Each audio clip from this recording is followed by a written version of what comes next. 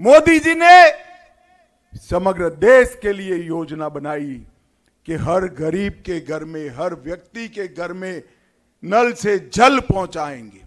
परंतु यहां पर जल जीवन मिशन के नाम पर 20,000 करोड़ रुपया खा गए, लोगों के घर में पानी नहीं पहुंचने दिया।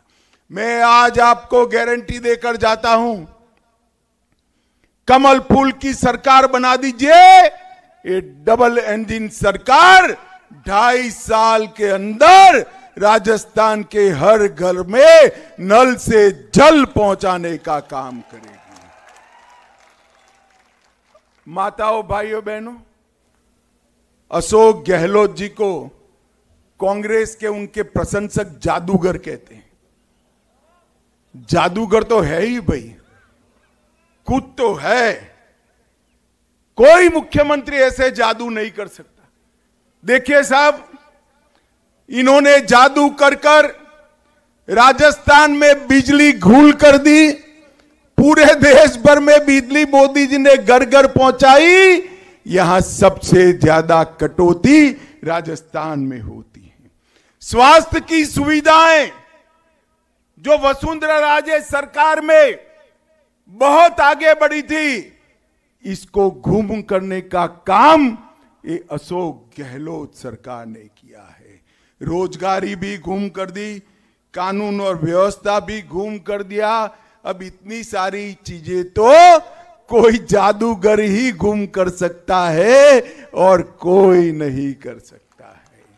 भाइयों और बहनों, चाहे बिजली देनी हो, स्वास्थ्य सुरक्षा ठीक करनी हो या कानून और व्यवस्था की स्थिति ठीक करनी हो, ये काम केवल और केवल कमल फूल की सरकार कर सकती है, भाजपा सरकार कर सकती है।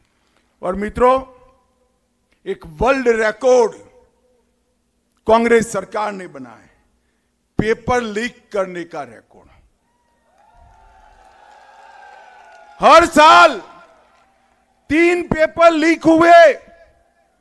प्रदेश में पब्लिक सर्विस कमीशन का हर पेपर लीक होता है। 4 साल में 14 से ज्यादा पेपर लीक हुए। लाखों युवाओं के भविष्य पर प्रश्न चिन्ह लगाने का काम किया है।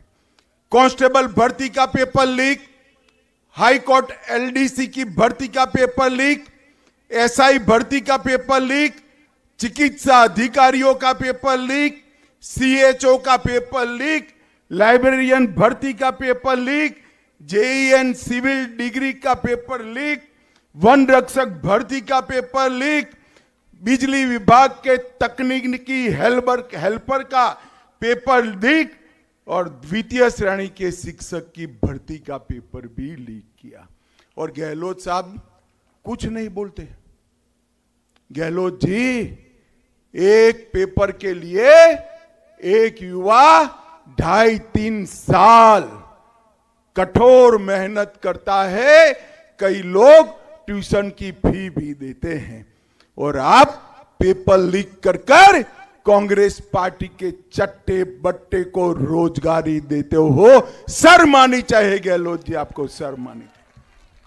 मैं आपको बताना चाहता हूं, आप कमल फूल की सरकार लगा दीजिए, आने वाले दिनों में हम ऐसी व्यवस्था करेंगे कि राजस्थान में एक भी पेपर लीक नहीं होगा। ऐसी व्यवस्था भारतीय जनता पार्टी करेगी। मित्रों, तुष्टीकरण की राजनीति गहलोत जी ने सारी सीमाएं लांघ दी है। 19 में टोंक में हिंसा हुई, 20 में डिंगरपुर में, 21 में बारा में, 21 में झालावाड़ में, 22 में करौली में, 22 में जोधपुर में, छाबड़ा, भीलवाड़ा, करौली, जोधपुर, चित्तौड़गढ़, नौहर, मेवात, मालपुरा और जयपुर, इस सभी जगह कौमी दंगे हुए हैं। और उदयपुर में दिन दहाड़े कन्हैयालाल तेली का सर काटकर इन लोगों ने हत्या कर दी।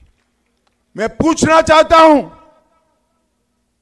गहलोत जी आप क्या कर रहे हो? कन्हैयालाल तेली का सर काट दिया, आपने क्या किया? रामनवमी और महावीर जयंती पर प्रतिबंध लगा दिया। अब सर काटने वाले को तो ये कुछ नहीं करते, महावीर रैली, महावीर जयंती और रामनवमी पर प्रतिबंध लगा दिया, और दूसरी ओर कोटा में पीएफआई वाले धड़ल्ले से रैली निकाल रहे हैं। भगवान भला करे मोदी साहब का, इन्होंने निर्णय कर ये पीएफआई को बैन लगाकर जेल में डालने का काम ये भारतीय जनता पार्टी की सरकार।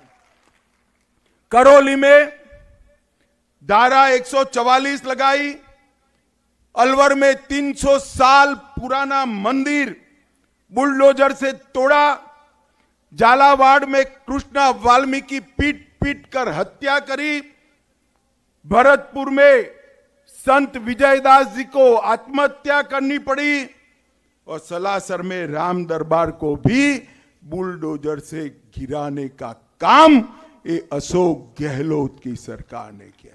मुझे बताओ नावा वालों, डेमोक्रेसी में सबका अधिकार है या नहीं है? है या नहीं है? ये तुष्टीकरण की राजनीति चल सकती है क्या? जोर से बोलो, चल सकती है?